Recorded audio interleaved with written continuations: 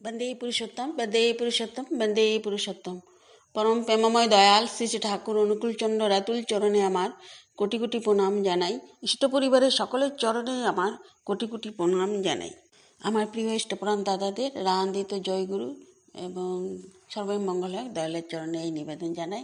আমি এখানে শ্রী শ্রী ঠাকুরকে প্রশ্ন করা হয়েছিল, সেইটাই আমি ঠাকুরকেই বলেছিলাম, সেটা আমি বলছি আপনাদের।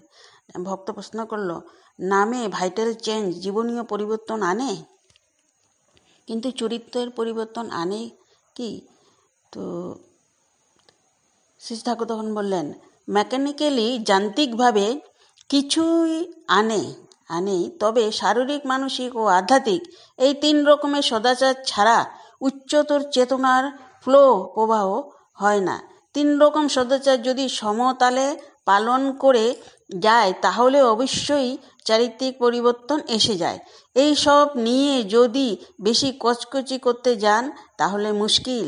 তরতরে ভাব নিয়ে যা করার তা করে যেতে হয়, তাতে যা হওয়ার আপনি হয়। এক গল্প বলছেন, এক গুরু গিয়েছিলেন শিষ্য বাড়ি। সে গুরু হলো চোর।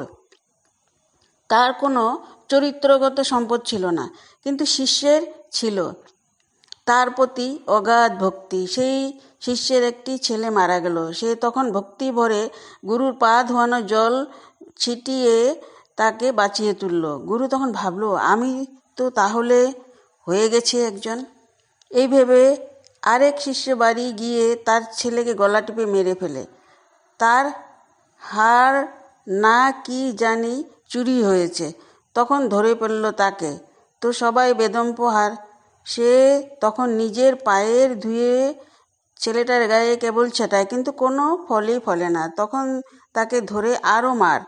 তার প্রাণ তো ওষ্ঠগত। পূর্বের শিষ্য সেই খবর পেয়ে সেখানে এসে হাজির হলো।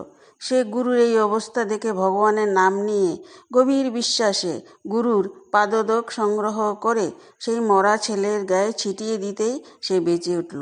গুরু তখন বুঝল মূল ক্লু, রহস্যটা কি। তার ভুল ভেঙে গেল।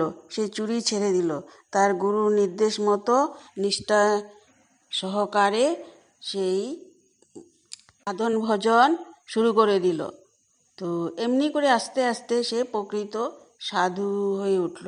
তাই বলি মূল হলো ইষ্টা অনুরাগ, গুরু ভক্তি এবং গোড়ায় গল থাকলেই যত শক্তি লাভ হোক না হোক কিছুতেই কিছু হবে না। তুমি যতই প্রেমবন্ত হবে ততই প্রাণবন্ত হবে। তখন তোমার যাজন, সেবা, বাক, কর্ম ততই প্রাণবন্ত হয়ে উঠবে চরিত্রে। তাই কেষ্ট ঠাকুরকে তার গুরু আশীর্বাদ করেছিল, অচ্যুত ভব। এটি আলোচনা প্রসঙ্গ 12 খণ্ড 7/7/1948। তো ঠাকুরকে ওষুধ সম্বন্ধে প্রশ্ন করা হয়েছিল। তখন ঠাকুর বললেন, ওষুধ হলো কাউন্টার অ্যাক্টিং এজেন্ট, প্রতিকারমূলক বস্তু। ফিজিওলজিক্যাল স্টিমুলাস দিয়ে সাইকোলজিক্যাল ডেফিসিয়েন্সি মেকআপ, শারীরিক উদ্দীপনা জুগিয়ে মানসিক ঘাটতি পূরণ করা। তা স্থূলভাবে, সূক্ষ্মভাবে, নানাভাবে হতে পারে।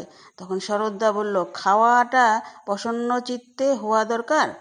তখন শ্রী ঠাকুর বললেন, দেবতার ভোগ দেই যখন, দরজা বন্ধ করে দিই। পুরুত থাকে ও পরিচর্যা যে করে সেই থাকে।